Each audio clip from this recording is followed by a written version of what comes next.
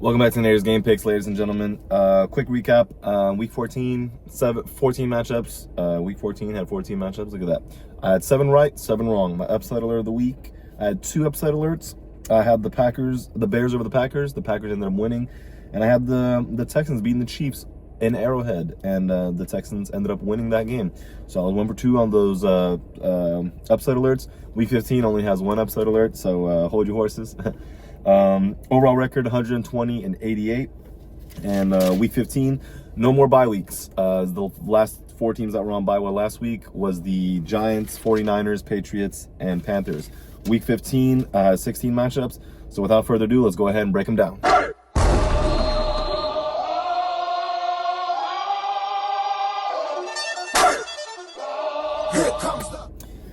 All right, guys, let's get it started with the Thursday night football matchup, which is going to be an NFC South matchup, Falcons at the Buccaneers. Buccaneers got Mike Evans. His practice window is open, recovering from that collarbone injury, so he may be available to go on Thursday night. The Falcons, Drake London still out, Michael Penix Jr. obviously out. They do have Tyler Algier and Bijan Robinson, probably going to be their key to victory here against the Bucs team that has struggled to get a pass rush. But with Kirk Cousins, he doesn't always need a pass rush to fluster him.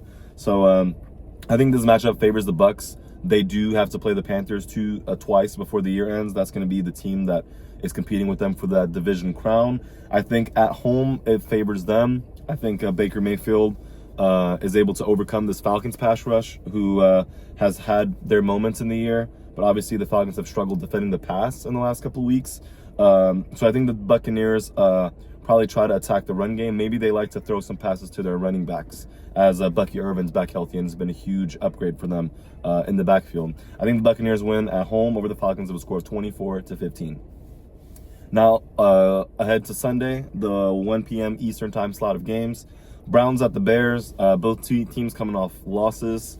The Bears are at home, and they're going to be matched up against a front seven of the Browns that's very good.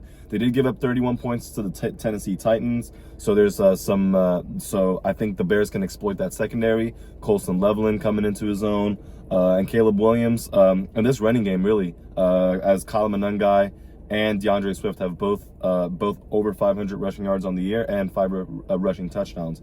This is a two-headed monster. This offensive line of the Bears are staying engaged and aggressive, and they need to get this win as they play the Packers again in a couple of weeks, and it's going to be big for them to stay in the win column here, as the loss last week knocked them back down in the playoff standings. They're still in the wild card, but a lot of top-heavy teams in the NFC. I do think the Bears come up against the Browns team with Shedeur Sanders. They came back and then failed to complete the comeback, went for 2, so kind of messy there. I think the Bears are able to take care of business against the Browns team at home with a score of 30-20. Ravens at the Bengals. So the Bengals beat the Ravens on Thanksgiving by 18 points. Bengals at home now. I think T. Higgins is questionable. He did questionable with a concussion, but he did come back in that game against Buffalo and scored two receiving touchdowns. Now Buffalo shut down Jamar Chase, but this may be a game where he lets loose. I do think the Ravens. I think they win this game. Obviously, they're not fully healthy. They've struggled to, their usual offensive firepower under Todd Monken has not been there this year. Lamar Jackson obviously has not been healthy. And Derrick Henry, he's gotten the ball, he's gotten the carries, but seems to have lost a little bit of a step and is not threatening teams to bring their safeties down into the box as much as they used to. And even with the Bengals defense that has struggled, I think they'll have their opportunities. I'm simply picking the Ravens because I think that they obviously played the Bengals recently, and they had opportunities in that game that they lost. 18 points sounds like a lot, but they made a lot of self-inflicting mistakes. And now them coming in on the road here, maybe they play a notch above where everyone's expecting them. I think the Bengals are also fallen short a lot lately, as their playoff window likely closed with the loss last week to the Bills. Whereas if they win that game, I think it totally flips this whole script on this game. I do think the Ravens come in and even the series against the Bengals on the year and win of a score of 31-24. Chargers at the Chiefs. The Chiefs have lost 3 consecutive games. They lost to 2 consecutive games, lost to the Cowboys and the Texans. I don't see them losing back-to-back games at home. They are hosting the Chargers here. Chargers came out on top against a tough, hard-fought Monday night game against the Eagles. Justin Herbert has been banged up. He took 7 sacks, I believe, against the Eagles, and they won the game. He's like on one of the fewest quarterbacks to have been sacked 7 times and be 3-0 in those games. The Chiefs haven't had the best pass rush, but Steve Spagnuolo does send pressure. Nick Bolton, obviously, Drew Tranquil, and they're very aggressive. So I think with the Chiefs being at home, the Chargers with backup tackles, they're gonna have to overcome that crowd noise. It will be chillier as well, colder outside. I expect the Chargers to run the ball heavy. They've been having success with, and then they just got back Amarian Hampton from IR. He played last week, had himself a receiving touchdown. The Chiefs have shown weakness in their secondary, so maybe the Chargers can take advantage of that. But if they don't give Justin Herbert enough time, it's going to be in favor of the Chiefs. I don't think the Chiefs will lose back-to-back games at home. If they do, I would be surprised. So I do think they come out on top here over a division rival. I think the Chiefs beat the Chargers with a score of 23-20.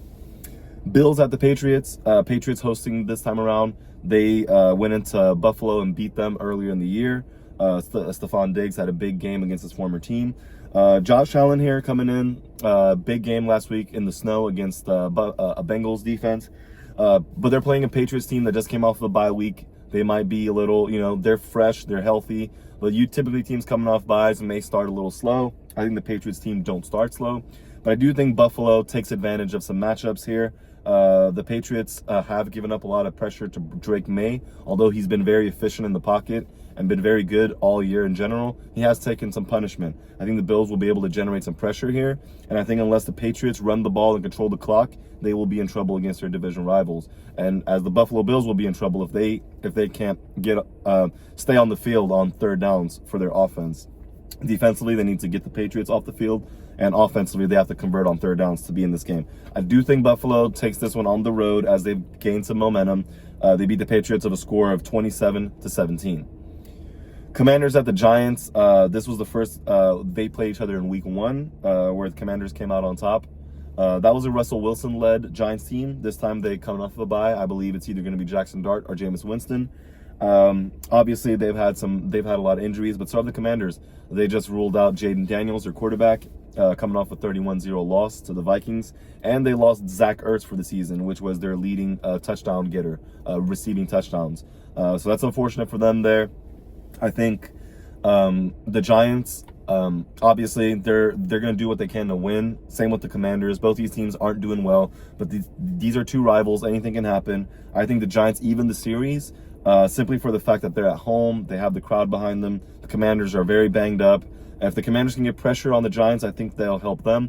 But I think the Giants pass rush will do a better job getting after Marcus Mariota. He's had some close games that they almost won, but they've lost a lot.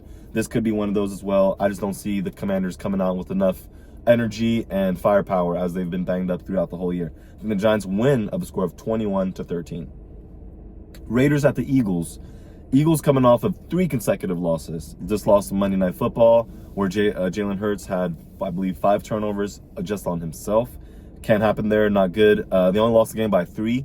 So it seems they seem to struggle mostly when playing from behind, trying to catch up. AJ Brown had 100 yards receiving, but 6 catches on 13 targets is under a 50% completion percentage, at least for that said targeted receiver.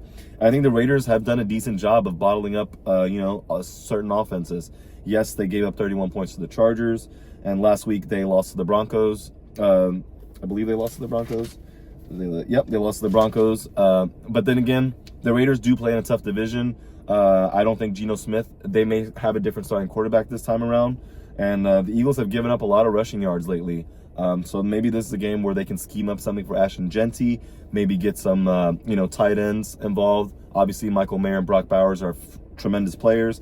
But it's going to take a lot of the Raiders to beat this Eagles team, which playing at home, unless they fall behind and hear their own home crowd start to boo them, I don't think they will be struggling much with this one, but it will be competitive if they let the Raiders stay in here. And if they commit more self-inflicted penalties and turnovers, it could be a long day for the Eagles. I do think they come out on top of a score of 24-18 in the end. Jets at the Jaguars, with Jets coming off of a big loss to the Dolphins. Jaguars, big win against the Colts. I think the Jaguars are running a hot hand right now. Trevor Lawrence has gone multiple games without turning the ball over multiple times. Big thing for him right there. Travis Etienne starting to establish his dominance. Well, really putting on it's a contract year for him, I believe. I'm not sure if I remember that the Jaguars, I believe they accepted, picked up his 5th-year option. If not, he's going to be a free agent next year. He's putting up some numbers, and he's got a chance to run wild against a Jets team that gave up over 150 yards rushing to the Dolphins. I believe almost 200 yards rushing to the Dolphins last week. So it's big. The Jaguars at home, they have to take care of business and then put themselves in better position to win the AFC South as they have to play the Texans in the coming weeks. I do think the Jaguars beat the Jets without Tyrod Taylor of a score of 35-16.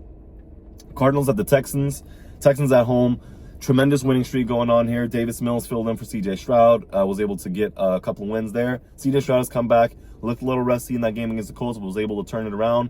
Big performance from him, beating the Chiefs on the road. Now they come home. Got to take care of a sneaky team. Obviously, their record won't say that they're good, but the Cardinals are a competitive team. They did lose 45-17 last week.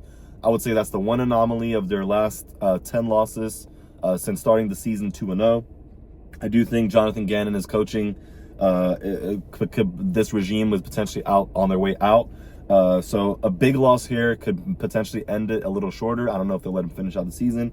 DeMeco Ryans has his defense playing lights out, unlike any defense in the league right now. I can see with Jacoby Brissett being the Cardinals quarterback, I can see the Texans getting at least 4 sacks on him, as they do have a good pass blocking offensive line, but this Texans pass rush is something else. I think the Texans are able to take advantage here. Rookie Woody Marks came up big in that game against the Chiefs. I expect them to have a similar output today, as well as Nico Collins. And the Texans win with a score of 27-10. Now there are 4:25 Eastern time slot of games. We got the Packers at the Broncos. Broncos at home, tied for the top of the conference lead with the Patriots and the AFC. I think the Packers coming into town have a big chance to knock off a team that hasn't lost a game since early in the season, back in October, September, I believe.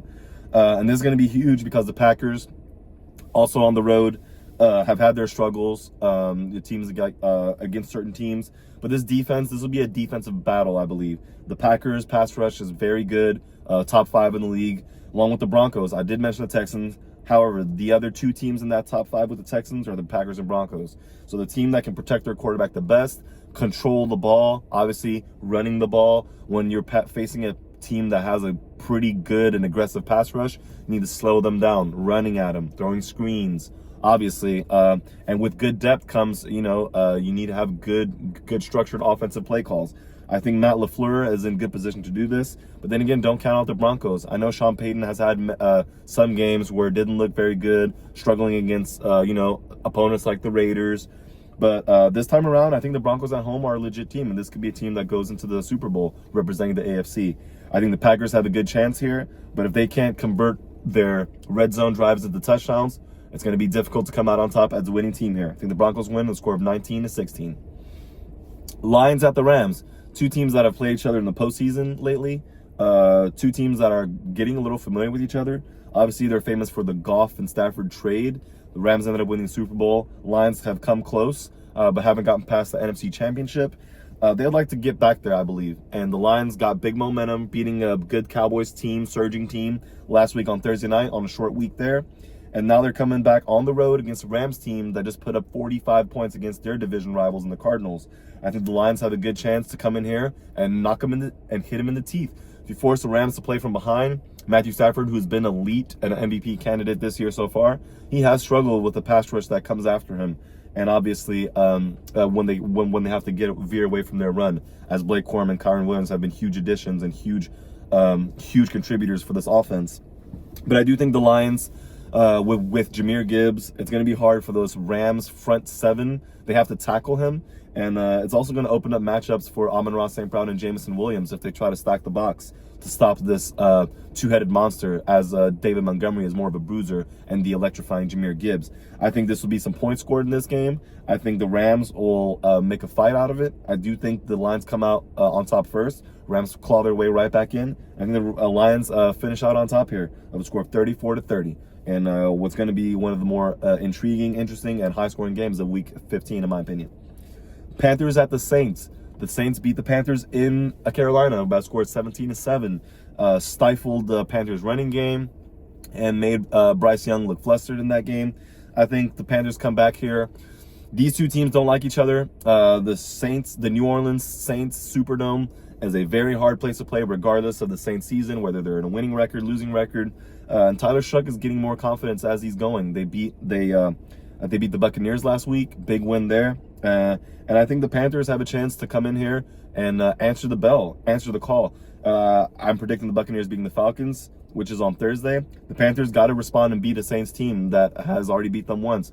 I could see it possibly happening that the Saints sweep them, but I do trust that Bryce Young doesn't force passes, utilize this, and they come out with a good game plan here. They've seen what the Saints like to do to them last time they played. This time they have to make those adjustments, and I expect the Saints to try to match that as well. I expect this to be a hard-fought game, hard hits, very intense. I do see the Panthers, the road team, coming out on top of a score of 28-24, but we know that in division rival games, anything can happen. Now for my upset alert of the week, ladies and gentlemen. Upset alert of the week. A team coming off the bye is prone to get upset. The 49ers are hosting the Tennessee Titans. Titans at 49ers. 49ers are great record.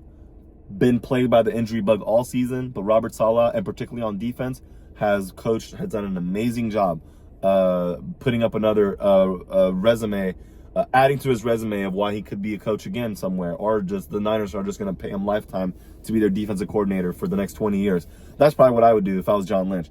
But anywho, the Titans coming off a big win last week against the Browns. Cam Ward had is gaining confidence. Tony Pollard had rushed for over 150 yards. A big showing from him, as he's been a consistent contributor to this team. Although they haven't had a lot to cheer about, I can see them coming in here and taking this one from the 49ers. AFC team versus NFC team, they don't see each other often. The Niners are coming off that bye week, as mentioned. Brock Purdy back in the starting lineup. This Titans team has generated pressure. It's more so on the offensive end where they've struggled, committed a lot of penalties, and have not really protected Cam Ward all that well. But they have a chance here against the 49ers team that tackles well, plays very well fundamentally, but not up there as one of the highest pressure rating teams when it comes to their pass rush. So I think that could work to the Titans' advantage. I think the Titans can bottle up Brock Purdy, force them off the field on third downs, and the Titans need to convert their red zone trips into touchdowns, and they can't be working backwards.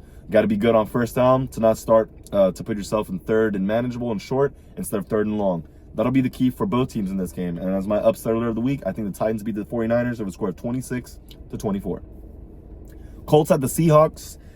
The Colts just brought big news there. Seahawks, big team, obviously. Sam Darnold, this defense. Jackson Smith and Jigba, 2 receiving touchdowns on A.J. Terrell last week. A very good corner in Atlanta. This team is soaring. They're at home. Very tough team to beat at home. With the Colts coming in with Jonathan Taylor, they've lost 3 of their last 4 games. Have lost the AFC South division lead.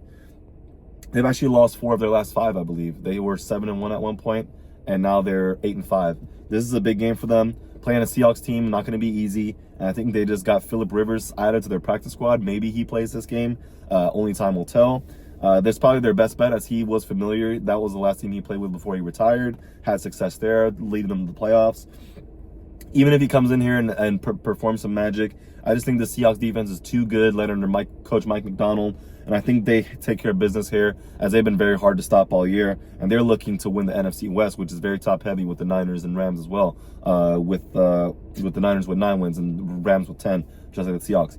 I do think the Colts come out and are competitive. They match the intensity, but it's going to be hard for them to sustain as they're on the road against one of the toughest teams in the NFC. I think the Seahawks win at home with a score of 38-20. Sunday Night Football. At 8:20 on Peacock, we got the Vikings at the Cowboys, 8:20 Eastern time. Cowboys playing a lot better at home. They did lose last week on the road, scored 30 points, but gave up 44. A lot of short fields, so it's going to be one thing to notice is the Cowboys' special teams coverage, their punt coverage and their kickoff coverage, giving up a lot of yards, leaving the opposing offense with short fields. And this Vikings team coming off a big win, 31-0. And all a young rookie quarterback needs is some confidence. He had his best career game against the Commanders team. And there's no reason why he's not going to come into this game and be ready. And Kevin O'Connell going to have him prepared to try to pick apart this primarily zone defense. The Cowboys need to make adjustments. They do have young players in the secondary. They have young players up front. This Vikings team wants to run the ball. Aaron Jones Sr. And Jordan Mason are bruising running backs. The Vikings need to make sure they convert in the red zone if they want to come out on top here.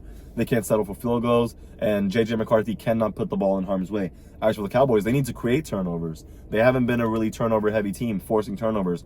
I think on their turnover differential for the year, they're more so even or minus, as Dak Prescott has thrown some interceptions lately.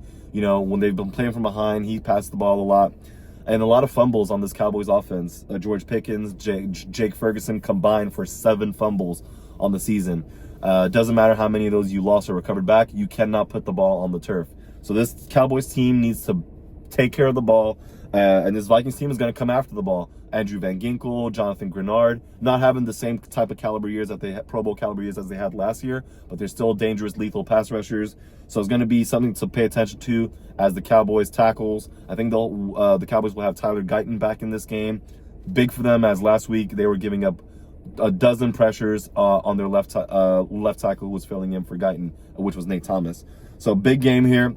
I think the Cowboys at home is going to favor them in that regards with their defense. They have to get pressure, they have to force turnovers, and they have to protect Dak Prescott from getting pressured most of the game. If they can do those things, I think they come out on top against a good Vikings team, definitely especially a good defense. I think Brian Flores is ready to play the chess match against Coach Brian Schottenheimer. I think the Cowboys do win in the end of a score of 27-24. I can see it coming down to a game-winning field goal attempt from Brandon Aubrey. Perhaps the only silver lining of the Cowboys special teams we'll get to see. And then finally, Monday Night Football. Excuse me, guys. Monday Night Football, get the Dolphins at the Steelers. It's been 12 years since the Dolphins last beat Pittsburgh in Pittsburgh. If you guys remember, it was that game where Antonio Brown, they were doing the lateral on the field. There's zeros on the clock, and you have to lateral it and then go the whole distance of the field. Initially, Brown made it to the end zone, and they thought he made it, but his foot was out of bounds, and the Dolphins ended up winning that game 34-28. It was snowing that game later in the year. I think this is a game that the Dolphins, I'm not saying it's going to be similar to that game from 12 years ago, but I think they come in and beat the Steelers. Steelers had a big win against a divisional rival in the Ravens. They do have to play the Ravens again. They went on the road, but I do think they did get, I'm not going to say that they got lucky, but they took advantage of the Ravens' mistakes primarily, and that's good. You got to be able to take advantage of the mistakes. I don't think this Dolphins team is coming in going to make mistakes. They started pretty bad. I think they were 3-7, 4-7 at one point, and they've won their last 3 games. Coming off a big win against the division rival, going on the road, I think they're able to make some noise. Minkah Fitzpatrick is playing his former team in the Steelers that traded him to the Dolphins. Jonnu Smith. Doesn't seem like he had a career year with the Dolphins, got traded to Pittsburgh, and he's just fallen down the depth chart behind Pat Freiermuth and Darnell Washington, as they've been targeted more as tight ends this year. So it seems like the Steelers are gathering a lot of big names, but haven't really been utilizing them all that much. DK Metcalf had a good game last week, but let's see what he's able to do against this Dolphins secondary. They're playing more inspired. The Steelers gave up 200 rushing yards as a team to the Ravens. There's no telling. The Dolphins definitely want to attack them in that area. Keep the Steelers off the field, as the Buffalo Bills did when they won in Pittsburgh, with the Steelers offense only possessing the ball under 20 minutes. I think that's going to be the Dolphins' key to the game. If the Steelers is able to manage more clock, I think that favors them to win this game. But I do think the Dolphins pull this one home, as they're trying to maybe push for that last wild card spot. Why not them? A lot of people had this team counted out and they were quitting and they traded house and all this stuff. But then again, it's a long season, and it's going to be interesting to see how this plays out. I think the Dolphins come in and beat the Steelers on the road on Monday Night Football with a score of 25-22. Now that wraps up Week 15. Appreciate you guys for sticking around. We're here all the time. Make sure you guys, all of the players and the teams that we like to follow, the players out there are humans first. Please remember that, guys. Enjoy the football games, enjoy the company, enjoy the festivities, be respectful to one another, and Naderade will be here next week to recap Week 15 and bring you Week 16. Love you guys. I'll see you on the next one.